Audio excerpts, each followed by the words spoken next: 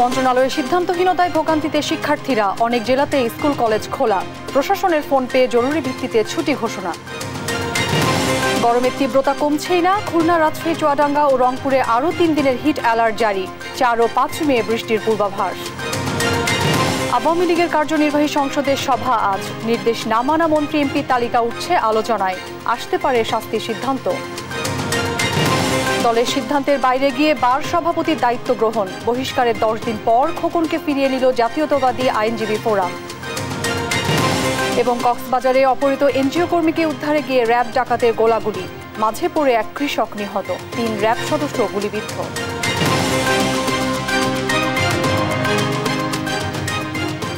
দেখছিলেন শিরোনাম সংবাদ দুপুরে, সঙ্গে আছি অরিন ইশরাত। এবার বিস্তারিত। সারা দেশে চলমান দাবদাহে মাধ্যমিক স্কুল, কলেজ ও মাদ্রাসা খোলা না বন্ধ এ নিয়ে তৈরি হয়েছে ধূম্রজাল। উচ্চ আদালত বৃহস্পতিবার পর্যন্ত বন্ধের নির্দেশ দিয়েছেন, তবে আংশিক বন্ধের সিদ্ধান্ত দিয়েছে শিক্ষা মন্ত্রণালয়। সরেজমিনে অনেক স্কুলেই দেখা গেছে ক্লাস চলতে, আবার কয়েক ঘন্টা পর জেলা প্রশাসনের ফোনে জরুরি ভিত্তিতে ছুটিও দেওয়া হয় কিছু জেলায়। বিস্তারিত ডেস্ক রিপোর্টে। দেশের সকল স্কুল, কলেজ ও মাদ্রাসা বন্ধে সোমবার স্বপ্রণোদিত আদেশ দেন হাইকোর্ট। এরপরই দেশের সকল প্রাথমিক বিদ্যালয় বন্ধ ঘোষণা করে প্রাথমিক ও গণশিক্ষা মন্ত্রণালয়। কিন্তু শিক্ষা মন্ত্রণালয় 4 বিভাগে 27 জেলায় মাধ্যমিক ও উচ্চ মাধ্যমিক শিক্ষা প্রতিষ্ঠান বন্ধ করে বিজ্ঞপ্তি দেয়। বাকিটা পরে জানানোর কথা জানিয়েছিলেন শিক্ষামন্ত্রী। এখন এই শিক্ষার্থীরা কি প্রতিষ্ঠানে অসুস্থ হয়েছে নাকি বাইরে অসুস্থ হয়েছে সেটাও ভেবে দেখতে হবে। এখন শিক্ষার্থীরা বিদ্যালয়ে না থাকলে কোথায় থাকবে? আমরা আমাদের প্রান্তিক পর্যায়ে অনেক জায়গায় দেখেছি যে শিক্ষার্থীরা বিদ্যালয়ে না থাকলে মাঠে ময়দানে কর্মরত থাকে, কাজে থাকে, সেটা তাদের জন্য আরো বেশি বিপজ্জনক। সরেজমিনে আজ দেখা গেছে বাকি জেলাগুলোতে হাই স্কুল ও কলেজে ক্লাস চলছে, তবে উপস্থিতি কম। আমাদের জেলাতে আজকে একটু বেশি গরম লাগতেছে, তবে আজকে যদি বন্ধ দিত বা 2-3 দিন বন্ধ দিত বেশি, তাহলে খুশি হতো। হিস্ট্রোকের সমস্যা, পরে পড়াশোনা চাপ বেশি হয়ে যেতেছে। আর অভিভাবকরা বলছেন রাত পর্যন্ত তারা জানতেন না আসলে স্কুল খোলা না বন্ধ। এভাবে সিদ্ধান্তহীনতায় না রেখে পরিষ্কার করার কথা বলেন তারা। বন্ধ থাকা ভালো, অনেক গরম স্কুল আসলে অনেক কষ্ট। বসে থাকতে হয়, দেখতে হবে বাচ্চা অসুস্থ হয়ে যায় কিনা, কখন বের হয় না হয় এগুলো দেখতে হয়। আর শিক্ষকরা বলছেন আদালত নির্দেশ দিলেও শিক্ষা অফিসের পক্ষ থেকে তাদের কিছু জানানো হয়নি, তাই তারাও সিদ্ধান্তহীনতায়। মাধ্যমিক পর্যায়ে বা উচ্চ মাধ্যমিক পর্যায়ের জন্য আমাদের মন্ত্রণালয় থেকে বা অধিদপ্তর থেকে কোনো প্রজ্ঞাপন এখনো হাতে পাইনি। আর সেই ক্ষেত্রে আমরা ওটাকে বাচ্চাদের কষ্ট কমানোর জন্য আমরা ক্লাস টাইমটা এগিয়ে দিয়েছি। আমাদের সিলেবাস কমপ্লিট করতে হইলে আমাদের কিন্তু অতিরিক্ত ক্লাস নেওয়া দরকার। সেই বিবেচনা থেকেও আমাদের স্কুল আপাতত যেহেতু পরিবেশ স্বাভাবিক, আমাদের খোলা রাখাটাই আমি মনে করি। তবে কয়েক ঘন্টা স্কুল খোলা রাখার পর অনেক জেলাতেই জেলা প্রশাসনের পক্ষ থেকে ফোন করে স্কুল ছুটির নির্দেশ দেওয়া হয়। অবশ্য এই বিষয়ে ক্যামেরায় কথা বলতে রাজি হননি শিক্ষকেরা। শুভশ্রী রায়, নিউজ ডেস্ক, দেশ টিভি। রেকর্ড ভেঙে এবারে তাপপ্রবাহ ছুঁয়েছে পারদের নতুন স্তর। তীব্র দাবদাহে পুড়ছে দেশ, গরমের তীব্রতায় অতিষ্ঠ জনজীবন। তবে এবার কিছুটা স্বস্তির খবর দিল আবহাওয়া অধিদপ্তর। চলমান তাপপ্রবাহ আগামীকাল পর্যন্ত থাকতে পারে বলে জানিয়েছে আবহাওয়া অফিস। ফখরুল ইসলামকে সঙ্গে নিয়ে মাহমুদ হাসানের রিপোর্ট। গেল 1 মাস ধরে দেশে বয়ে যাচ্ছে তীব্র থেকে অতি তীব্র তাপপ্রবাহ। প্রখর রোদ আর গরমে অতিষ্ঠ জনজীবন। রিকশা চালক, দিনমজুর সহ কর্মজীবী মানুষের ভোগান্তির যেন শেষ নেই। জীবিকার তাগিদে যারা ঘর থেকে বের হচ্ছেন তারা চলাচল করছেন ছাতা নিয়ে। এ গরমে স্বস্তির আশায় ছায়া জায়গা পেলে কেউ কেউ নিচ্ছেন জিরিয়ে। চলমান তাপপ্রবাহের পর এবার কিছুটা স্বস্তির খবর দিল আবহাওয়া অধিদপ্তর। চলমান তাপপ্রবাহ আগামীকাল পর্যন্ত থাকতে পারে বলে জানিয়েছে আবহাওয়া অফিস। 4-5 তারিখ কিংবা 4 তারিখের কাছাকাছি যে ভালো মানের একটা বৃষ্টি আমরা ধারণা করছি, সেটা যদি কালবৈশাখী সিস্টেম থেকে হয় তাহলে সারা দেশে তাপমাত্রা অনেকটা সহনশীল পর্যায়ে চলে আসতে পারে। তাই 10 তারিখ পর্যন্ত আমরা ধারণা করছি একটা স্বস্তিদায়ক আবহাওয়া বিরাজ করতে পারে। আমার যদি প্রতিদিন বৃষ্টিতে, আর প্রতিদিন যদি বৃষ্টি না হয়, যদি থেমে যায় বৃষ্টিটা 1 দিন বা 2 দিন গ্যাপ করে, তখন তাপমাত্রা আবার আগের অবস্থা চলে আসতে পারে। কারণ হলো বাংলাদেশের পশ্চিমাংশে বৃষ্টির সম্ভাবনাটা কম, যেখানে তাপমাত্রা হয় আমাদের সমান। 2 মে থেকে দেশে হিটওয়েভ কমে 3 তারিখ থেকে সারা দেশে বৃষ্টির প্রবণতা বৃদ্ধির কথা উঠে এসেছে পূর্বাভাসে। 2 তারিখের কাছাকাছি সময় হিটওয়েভের অঞ্চল কমে আসতে থাকবে। তখন দিলে আমাকে হিসাব করে দিতে হবে কোন কোন অঞ্চলগুলো বা কোন কোন ডিভিশনগুলো রাখা যায় কমপক্ষে 2 থেকে 3 দিন। তা আমি ধারণা করতে পারি খুলনা এবং রাজশাহী রাখা লাগতে পারে। অথবা তাপমাত্রা কমে আসবে, অস্বস্তিকর পরিবেশটা কিছুটা কমে আসবে, কিন্তু হিট ওয়েভ কমবে না। প্রচণ্ড তাপপ্রবাহের কারণে সারা দেশে জারি করা হিট অ্যালার্টের মেয়াদ আজ শেষ হলেও খুলনা, রাজশাহী, চুয়াডাঙ্গা, রংপুরে আরও 3 দিনের হিট অ্যালার্ট জারি রেখেছে আবহাওয়া অফিস। মাহমুদ হাসান, দেশ টিভি, ঢাকা। দর্শক, এবার আমরা আপনাদেরকে তীব্র তাপদাহের খবর জানাবো। রাজধানীর সংসদ ভবন এলাকায় আছেন সহকর্মী ফখরুল ইসলাম, টাঙ্গাইলে আছেন সহকর্মী আতিক এবং চুয়াডাঙ্গায় আছেন সহকর্মী খায়রুজ্জামান সেতু। শুরুতেই চলে যাব ফখরুলের কাছে। ফখরুল, ঢাকার তাপমাত্রা আজকে কেমন দেখছেন এবং আবহাওয়া অফিস এই নিয়ে কি বলছে? অরিন, অসংখ্য ধন্যবাদ। আজ আপনি জানেন 1 মাস ধরে আসলে এই তীব্র তাপ প্রবাহ চলছে সারা দেশে এবং গতকাল চুয়াডাঙ্গায় 43 ডিগ্রি সেন্টিগ্রেড তাপমাত্রা রেকর্ড করা হয়েছে, যেটি গত 30 বছরের মধ্যে সর্বোচ্চ। যদিও বাংলাদেশে এর আগে 45.1 ডিগ্রি সেন্টিগ্রেড তাপমাত্রা রেকর্ড করা হয়েছিল, যেটি বাংলাদেশের ইতিহাসে সর্বোচ্চ ছিল। এটি তৃতীয় সর্বোচ্চ রেকর্ড কিন্তু ধারণ করা হয়েছে এবং আজকেও কিন্তু ঠিক একই রকমভাবে তাপপ্রবাহ বয়ে যাচ্ছে সারা দেশের উপর দিয়ে। এবং ঢাকাতে ঠিক 11টার সময় যেটি আবহাওয়া অধিদপ্তর আমাদেরকে ব্রিফ করে জানিয়েছেন, সেটি হচ্ছে যে তারা একটি স্বস্তির সুখবর আমাদেরকে সম্ভাবনার কথা জানিয়েছেন মে মাস জুড়ে। অর্থাৎ আগামীকাল পর্যন্ত এই তীব্র তাপপ্রবাহটি অব্যাহত থাকবে এবং আগামী 2 মে সেদিন এবং সিলেট এবং চট্টগ্রাম এলাকায় হয়তো বৃষ্টিপাত বাড়তে পারে এবং যার প্রভাবটি হয়তো তখন থেকে কমতে পারে এই তীব্র তাপপ্রবাহ, এবং সেটি হয়তো 2 তারিখ থেকে যে হিট অ্যালার্ট চলছে সেটি হয়তো না থাকার সম্ভাবনাই রয়েছে এমনটি জানিয়েছেন। এবং সে সারা দেশে তাপ প্রবাহ কিছুটা কমে আসতে পারে এবং এরপর 3 তারিখে রাজশাহী অঞ্চলে বৃষ্টিপাত হওয়ার সম্ভাবনার কথা জানিয়েছে। এরপরে 4 এবং 5 তারিখে দেশের পশ্চিমাঞ্চল খুলনা এলাকায় বৃষ্টিপাত হওয়ার একটি সম্ভাবনার কথা জানিয়েছে। যদিও তারা বারবার বলছিল যে পশ্চিমাঞ্চলে আসলে তাপ প্রবাহটা অনেকটাই বেশি, যেটি কমার সম্ভাবনা বিপরীতে বলেছে যে কিছুটা কম তাপপ্রবাহ কমার। একই সঙ্গে 4 এবং 5 তারিখে বৃষ্টিপাত অব্যাহত থাকার কথা জানিয়েছে। অর্থাৎ আগামী 10 দিন আসলে একটি স্বস্তির সুখবর দিয়েছে এবং সেটি মে মাস জুড়ে এই বৃষ্টিপাত হওয়ার একটি সম্ভাবনার কথা জানিয়েছে। অর্থাৎ 2 তারিখ থেকে সারা দেশে তীব্র তাপপ্রবাহ হিট অ্যালার্ট হয়তো উঠে যেতে পারে যদি বৃষ্টিপাত হয়, তার উপর নির্ভর করছে। অর্থাৎ আবহাওয়ার উপরেই কিন্তু সম্পূর্ণ নির্ভর করছে। তবে তারা তাদের যে পরীক্ষা নিরীক্ষার মাধ্যমে তাপমাত্রার যে সার্বিক পরিস্থিতি পরীক্ষার মাধ্যমে তারা এমনটি জানিয়েছেন। তা একটি বিষয় আবারও তারা বলেছেন যে তাপপ্রবাহের মাত্রা 40 ডিগ্রি সেন্টিগ্রেড যতটাই থাকুক না কেন তার চেয়ে বেশি অনুভূত হওয়ার যে কারণটি সেটি তারা বলছেন যে হিউমিডিটি, অর্থাৎ যে আর্দ্রতা, বাতাসের যে আর্দ্রতার পরিমাণ অনেক বেশি, খুবই তীব্র, যার কারণে আসলে এই 40 ডিগ্রি সেন্টিগ্রেডের যে তাপমাত্রা সেটি আমাদের শরীরে এসে বা বাতাসে অনেক বেশি মাত্রায় এসে সেটি অনুভূত হওয়ার একটি কারণ তারা জানিয়েছেন। এবং আগামী মে মাস নাগাদ সেটি হয়তো কমে আসতে পারে বৃষ্টিপাত হওয়ার মধ্য দিয়ে। তো এই ছিল আমার কাছে এখান থেকে আবহাওয়া দপ্তরের সবশেষ খবরাখবর এবং রাজধানীর খবরাখবর। আমাদের অন্যান্য সহকর্মীরা আছেন, আমরা অরণ্যের মাধ্যমে হয়তো তাদের কাছে যাব। ফখরুল, আপনাকে ধন্যবাদ। দর্শক, আমরা এবার টাঙ্গাইলে যুক্ত হতে চাই। আমাদের সহকর্মী রয়েছেন আতিক। আতিক, টাঙ্গাইলে আজকে তাপমাত্রা কেমন দেখছেন এবং আশেপাশের মানুষজন আসলে এ নিয়ে কি বলছে? ধন্যবাদ অরিন। আপনি জানেন যে আজকের কিন্তু টাঙ্গাইলের প্রায় 41 ডিগ্রি সেলসিয়াস তাপমাত্রা। অর্থাৎ আমি যে এখানে দাঁড়িয়ে রয়েছি, অর্থাৎ 2 মিনিট দাঁড়িয়ে থাকা কিন্তু হয়ে যাচ্ছে।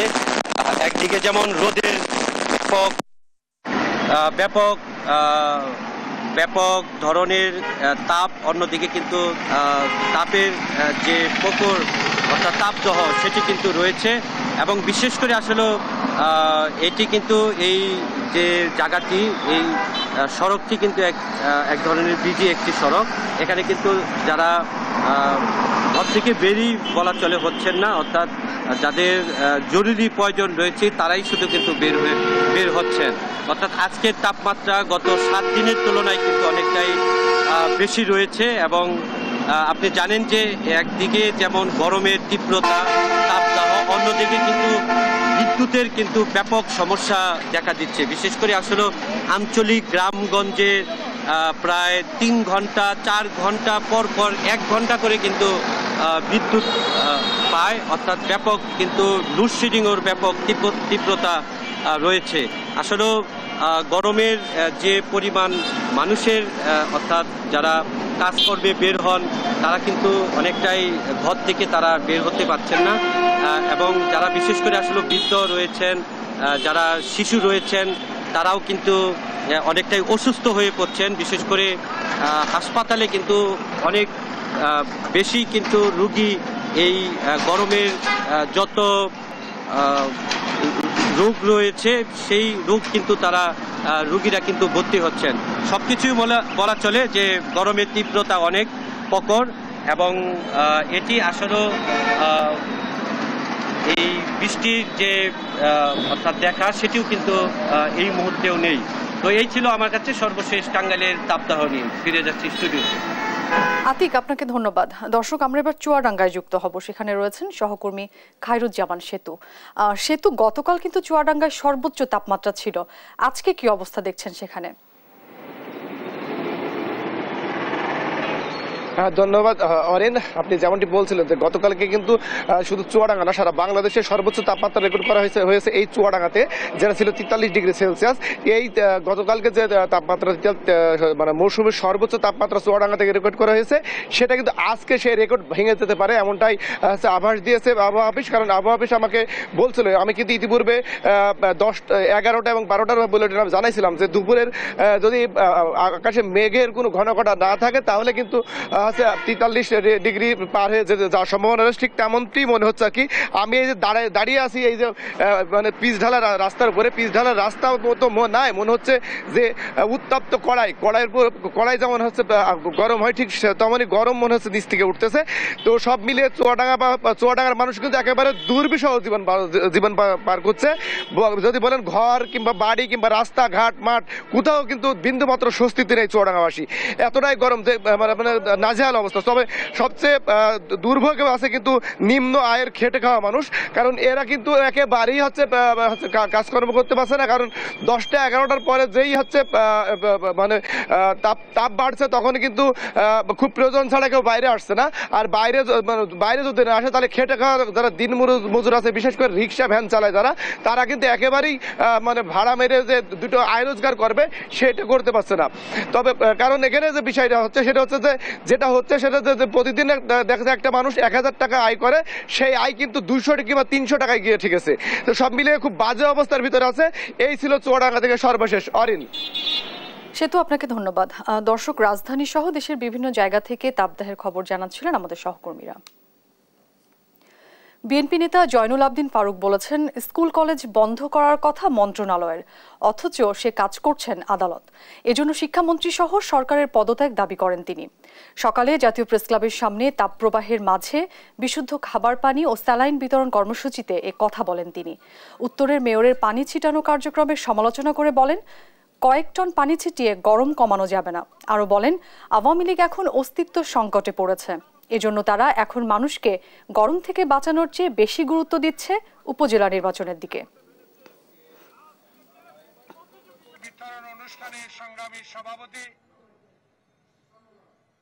জনাব ওবায়দুল কাদের সাহেব, পানি বিতরণ করুন, মানুষকে রক্ষা করুন। ঘরে বসে শুধু উপজেলা নির্বাচন নিয়ে কথা বললে চলবে না। আর বিএনপি নিয়ে বলবেন বিএনপির অস্তিত্বের সংকট। বিএনপির অস্তিত্বের সংকট না, অস্তিত্বের সংকট আওয়ামী লীগের। সারা দেশে বয়ে চলা তীব্র দাবদাহে দোকানে থাকা ঔষধের গুণগত মান কমছে। ওষুধ সংরক্ষণের সর্বোচ্চ তাপমাত্রা 30 ডিগ্রি সেলসিয়াস হলেও বর্তমানে সারা দেশে তাপমাত্রা 40 ডিগ্রি ছাড়িয়েছে। অধিকাংশ ওষুধের দোকানে নেই তাপ নিয়ন্ত্রণের ব্যবস্থা। এতে নির্ধারিত সময়ের আগে অধিকাংশ ওষুধ নষ্ট হতে পারে শঙ্কা বিশেষজ্ঞদের। উৎপাদনকারী প্রতিষ্ঠানগুলোর দাবি, 40 ডিগ্রির বেশি তাপে ওষুধের কার্যকারিতা নষ্ট হয় না। তবে চিকিৎসকরা বলছেন, ওষুধ কেনার আগে ওষুধের ভঙ্গুরতা আছে কিনা তা দেখে কিনতে হবে। হাসান মাহমুদের রিপোর্ট। তাপ সংবেদনশীল ওষুধ ছাড়া বাকি ওষুধ সংরক্ষণের আদর্শ তাপমাত্রা 30 ডিগ্রি সেলসিয়াস। তবে দেশে বয়ে যাওয়া তীব্র তাপপ্রবাহে খুচরা দোকান বা ডিপো কোনোটাতেই সেটি মানা হচ্ছে না। দোকানের সরবরাহকারী কাভার্ড ভ্যানগুলো চলছে তীব্র রোদের মধ্যে। বাহিরের তাপমাত্রা 40 হলেও এগুলোর ভিতরের তাপমাত্রা 50 ডিগ্রি ছাড়িয়ে যেতে পারে। এদিকে বিক্রেতাদের ওষুধ সংরক্ষণেও নেই বাড়তি কোনো উদ্যোগ। কোল্ড চেইন মেডিসিনগুলো তো আমরা আমাদের ফ্রিজে আছে, আর বাকিগুলো তো আমাদের গ্লাসের ভিতরে আপনার তাপমাত্রা আপনার নিয়ন্ত্রণ করে আছে। এখন যেহেতু আমাদের এখানে 30-30-এর উপরে যাচ্ছে, এখন যেমন 40-38, অবশ্যই একটু সমস্যা তো হবে ওষুধের। বাইরের তাপমাত্রা আমাদের তো যেভাবে তো এইভাবে চলতে হবে, অন্য মার্কেট কমিটি জানে কিভাবে কি করা লাগবে। অধিকাংশ ওষুধ তাপ সংবেদনশীল হওয়ায় 30 ডিগ্রি সেলসিয়াসের বেশি তাপমাত্রায় সংরক্ষণ হলে নির্ধারিত সময়ের আগে সেগুলো মেয়াদ উত্তীর্ণ হতে পারে বলে জানান বিশেষজ্ঞরা। 26 বা অ্যাট বেস্ট 27 ডিগ্রি সেন্টিগ্রেড টেম্পারেচারে সেই ওষুধটা রাখলে সেই ওষুধের মেয়াদ কতদিন হবে সেটা আমার ওষুধের গায়ে লেখা থাকে, প্যাকেটের গায়ে লেখা থাকে।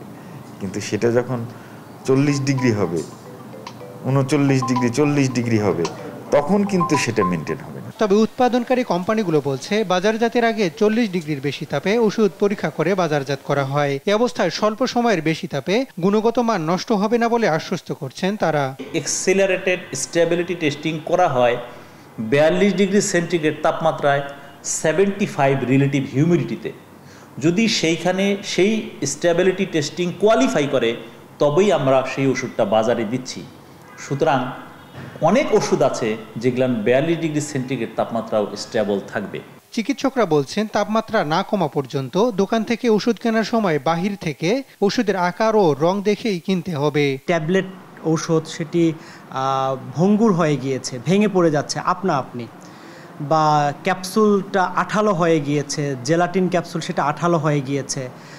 সিরাপের ক্ষেত্রে যদি সিরাপের যে স্বাভাবিক রং সেই রঙের পরিবর্তন হয়েছে, বা যে কোনো ঔষধের ক্ষেত্রে যে ঔষধের যে স্বাভাবিক গন্ধ সেই গন্ধটার মধ্যে একটা তারতম্য দেখা দিয়েছে, এরকম পরিস্থিতিতে ধরে নিতে পারি এটা এই তাপজনিত কারণে ঔষধের একটা পরিবর্তন হয়েছে। তবে বর্তমান তাপমাত্রায় ভিটামিন, প্রোবায়োটিক, ইনজেকশন সহ তাপ সংবেদনশীল ওষুধের কার্যকারিতা নষ্ট হতে পারে। এ অবস্থায় এসব ওষুধ সরবরাহ ও সংরক্ষণে বিশেষ ব্যবস্থা অত্যন্ত জরুরি বলে মনে করছেন বিশেষজ্ঞরা। হাসান মাহমুদ, দেশ টিভি, ঢাকা। ক্ষমতাসীন দল আওয়ামী লীগের কেন্দ্রীয় কার্যনির্বাহী সংসদের সভা আজ। দলের সভাপতির টেবিলে উঠছে নির্দেশনা সত্ত্বেও যেসব এমপি মন্ত্রী উপজেলা পরিষদ নির্বাচন থেকে তাদের স্বজনদের প্রার্থিতা প্রত্যাহার করেননি তাদের তালিকা। নেতারা জানান যারা দলীয় সিদ্ধান্ত মানেননি দল তাদের বিরুদ্ধে ব্যবস্থা নেবে, এ নিয়ে কোনো সন্দেহ নেই। জয় যাদবের রিপোর্ট। উপজেলা পরিষদ নির্বাচনে অংশগ্রহণ বাড়াতে এবং প্রভাব মুক্ত রাখতে দলের সংসদ সদস্য ও মন্ত্রীর স্বজনদের নির্বাচন থেকে সরে দাঁড়াতে নির্দেশনা দেয় আওয়ামী লীগ। কিন্তু দলীয় সিদ্ধান্ত অমান্য করেই প্রথম ধাপে 20 জনেরও বেশি প্রার্থী মাঠে আছেন। দ্বিতীয় ধাপে প্রার্থী হয়েছেন প্রায় 35 জনের মতো।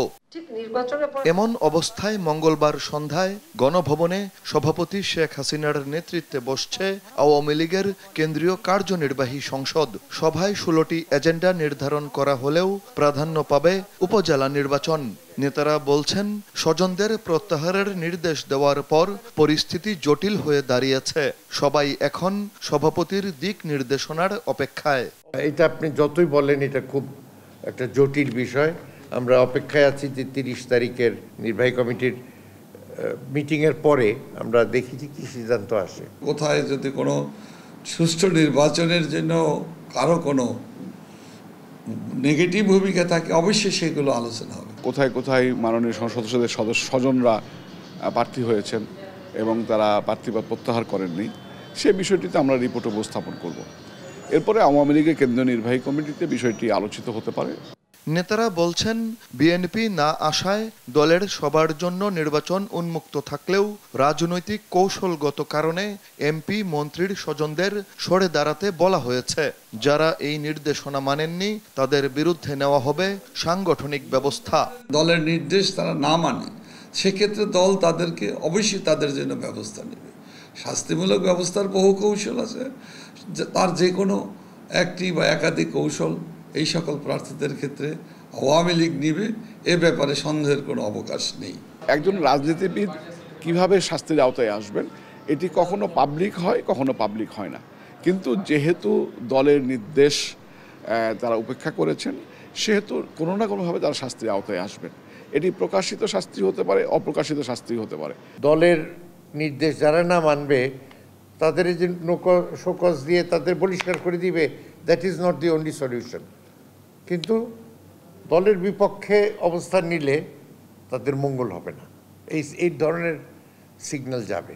উপজেলা নির্বাচন ছাড়াও বিভিন্ন দিবস ভিত্তিক কর্মসূচির পাশাপাশি 23 জুন দলের প্রতিষ্ঠার হীরক জয়ন্তী উদযাপনে বছরব্যাপী কর্মসূচিও চূড়ান্ত হবে কার্যনির্বাহী সংসদের সভা থেকে।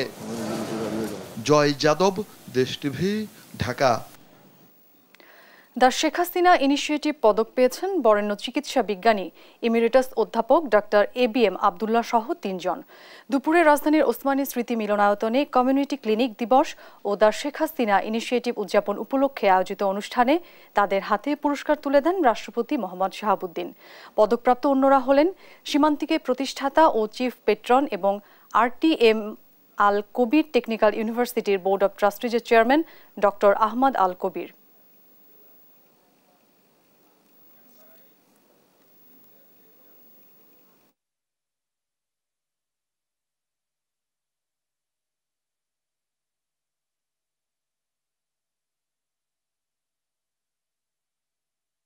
সব কিছুই কিন্তু শেখ হাসিনা ইনিশিয়েটিভ, এবং যারা দায়িত্বে আছেন তারা এমনভাবে এটাকে উপস্থাপন করবেন যাতে জাতিসংঘ তাদের চিন্তা ভাবনার মধ্যে নেয় যে বাংলাদেশে একজন নেত্রী যিনি বাংলাদেশকে নতুন করে স্বপ্ন দেখাচ্ছেন সারা পৃথিবীকে, যে বাংলাদেশের মানুষ করতে জানে এবং বাংলাদেশের মানুষ গণতন্ত্রে বিশ্বাস করে, বাংলাদেশের মানুষ গণতন্ত্রের ধারাবাহিকতাটাকে স্বীকার করে, সম্মতি করে, সম্মান জানায়।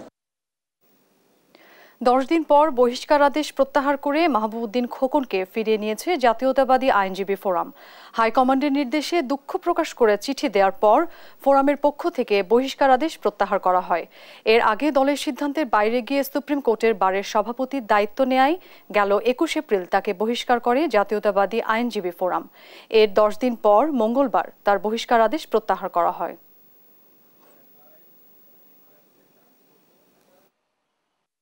আমি প্রায় এই দল সঙ্গে আমি ছাত্র জীবন থেকেই জাগো ছাত্র থেকে জড়িত, আপনারা জানেন।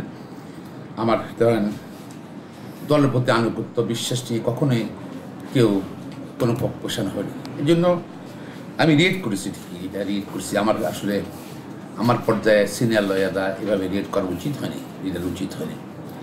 আমি এই জন্য বলছি sorry for that, for everything. কারণ আমার দুটো আমার ক্রেডিবিলিটির হাত দিচ্ছে, ওরা বলছে ক্রেডিবিলিটি বিশ্বাসযোগ্যতার হাত দিচ্ছে। সংবাদ দুপুরে আরো থাকছে। বনের 20 বিঘা জমি দখল করে Bhawal resort গড়েছে Partex umpire group. সাবেক আইজিপি বেনজিরের প্রভাবে বিস্তারের অভিযোগ।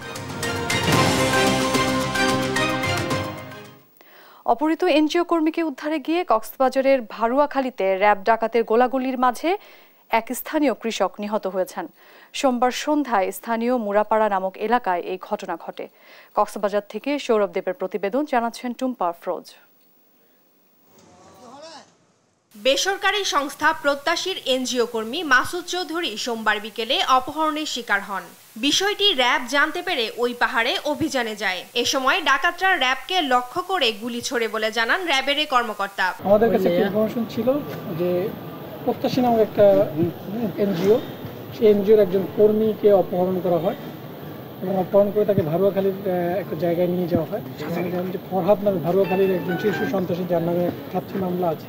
র্যাব ও ডাকাতদের গোলাগুলির এক পর্যায়ে গুলিবিদ্ধ হয়ে বায়াতুল্লাহ নামের এক কৃষক নিহত হন বলে জানান স্থানীয়রা। ঘটনা হয়েছে আপনার 7:30 মিনিটের সময়। মানে আমরা কেউ এরকম জানি যে এভাবে হবে। ডাকাত পক্ষের লোক অনেক ভয়াবহ, ওনারা তো কাউকে কিছু চিনে না।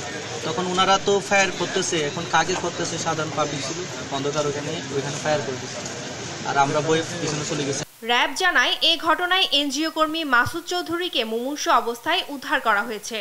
এ সময় ডাকাত ফরহাদকে গুলিবিদ্ধ অবস্থায় অস্ত্রসহ আটক করা হয়। উভয়পক্ষের গোলাগুলিতে আমাদের একজন র্যাব সদস্য আহত হয় এবং ওখানে আরো কয়েকজন সদস্য আহত হয় এবং আমরা যে জিম্মি যাকে করা হয়েছিল, যে মাসুদ নামের যে প্রত্যাশী এনজিও কর্মী মাসুদ, তাকে আমরা মুমূর্ষু অবস্থায় তাকে উদ্ধার করা হয়েছে। র্যাবের এই কর্মকর্তা আরও জানান, শেরে বাহিনীর প্রধান ফরহাদ মোস্তাক এ ঘটনা ঘটিয়েছে। তারা ওই এলাকায় ত্রাসের রাজত্ব কায়েম করে বলে জানান তিনি। যে মূল হোতা মূলত যে ফরহাদ বাহিনী, আমি অলরেডি বলেছি, সেও আহত অবস্থায় তাকে আমরা গ্রেপ্তার করেছি এবং সেও এই হাসপাতালে চিকিৎসাধীন অবস্থা আছে।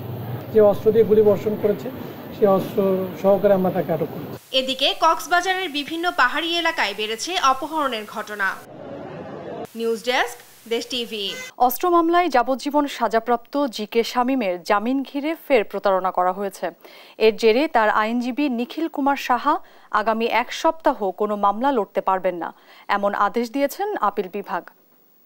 সকালে প্রধান বিচারপতি ওবায়দুল হাসানের নেতৃত্বাধীন 8 সদস্যের আপিল বেঞ্চ এ আদেশ দেন।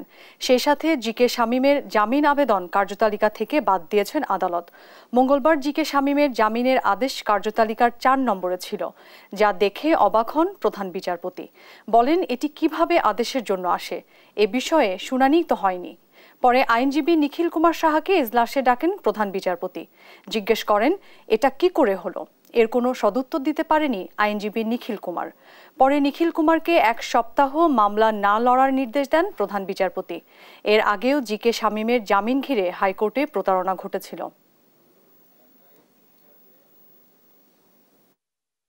জাস্টিস মেনশনশিপটা বের করলেন, কার সিগনেচারে মেনশনশিপটা দায়ের করা হয়েছে, কোন লয়ার এটা দায়ের করেছেন, দুজনকে ডাকার পরে উনি তাদেরকে সতর্ক করেছেন এবং পার্টিকুলার লয়ার যিনি গতকাল মেনশনশিপ দিয়েছিলেন জি.কে. শামীমের পক্ষে মামলা বেল পিটিশন ভ্যাকেটিং চেয়ে ওনাকে আগামী সপ্তাহে 1 সপ্তাহ সুপ্রিম কোর্টের থেকে ওনাকে বারিত করেছেন, উনি যেটা সুপ্রিম কোর্টে মামলা করতে পারবেন না। কবর খুঁড়ে মরদেহ ও কঙ্কাল চুরি বন্ধে ব্যর্থতা কেন বেআইনি ঘোষণা করা হবে না তা জানতে চেয়ে রুল দিয়েছেন হাইকোর্ট। এক রিটের প্রাথমিক শুনানি নিয়ে বিচারপতি মোস্তফা জামান ইসলাম ও বিচারপতি মোহাম্মদ আতাবুল্লাহ সমন্বয়ে গঠিত হাইকোর্ট বেঞ্চ এ আদেশ দেন। একই সঙ্গে কবরস্থানগুলো যথাযথ তদারকি করতে এবং মরদেহ ও কঙ্কাল চুরির বিরুদ্ধে যথাযথ ব্যবস্থা নিতে কেন নির্দেশ দেওয়া হবে না তাও জানতে চাওয়া হয়েছে রুলে। জনস্বার্থে রিটটি দায়ের করেন মানবাধিকার ও সমাজ উন্নয়ন সংস্থা।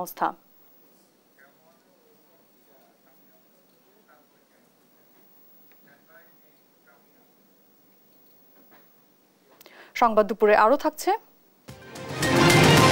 গাজায় ইসরায়েলি হামলায় নিহত অন্তত 34, অস্ত্রবিরতির জোর দাবি। যুক্তরাষ্ট্রের নর্থ ক্যারোলাইনায় বন্দুকধারীদের গুলিতে নিহত 4 পুলিশ।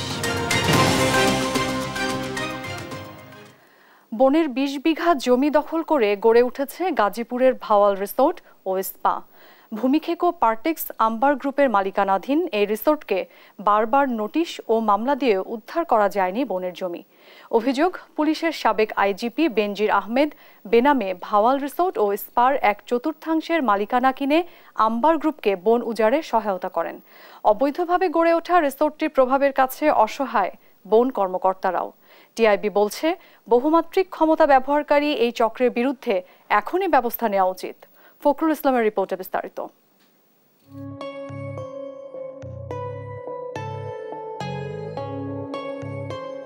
ভাওয়াল রিসোর্ট ও স্পা গাজীপুরে বিলাসী, ব্যয়বহুল আর মনোরম রিসোর্ট। এটি চাকচিক্যে যতটা না বিলাসী ততটাই পরিবেশ বিনাশী।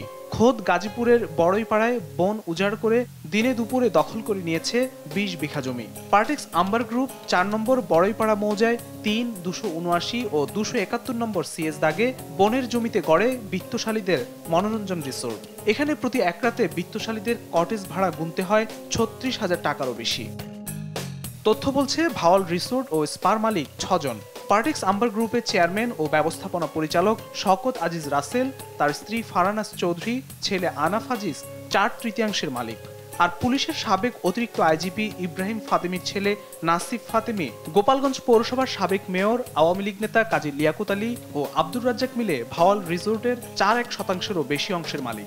অভিযোগ আছে, বিএনপির সাবেক সংসদ সদস্যের ছেলে শওকত আজিজ রাসেল রিসোর্টটি গড়ে তুলতে তৎকালীন ডিএমপি কমিশনার বেনজির আহমেদের প্রভাব ব্যবহার করে পুলিশি পাহারায় দখল করেন বনের জমি।